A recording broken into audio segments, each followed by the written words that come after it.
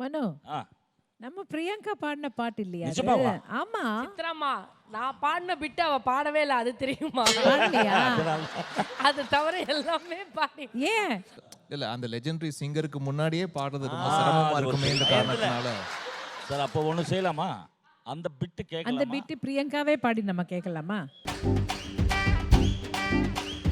ரங்கு சிலுக்கு தான் சிக்குன்னு சமைஞ்சு வந்தாலாம், தங்கு மாமனும் பார்த்ததும் கொலைஞ்சு நின்னானா, பங்குனி ராத்திரி நைசா பக்கத்தில் போனாலா, பங்குனி மாமன் தான் பயத்துல நடுங்கி போனானா, லைட்டா அணைச்சு புட்டான் லைட்டா அணைச்சுக்கிட்டான் வெயிட்ட காட்டி புட்டான்.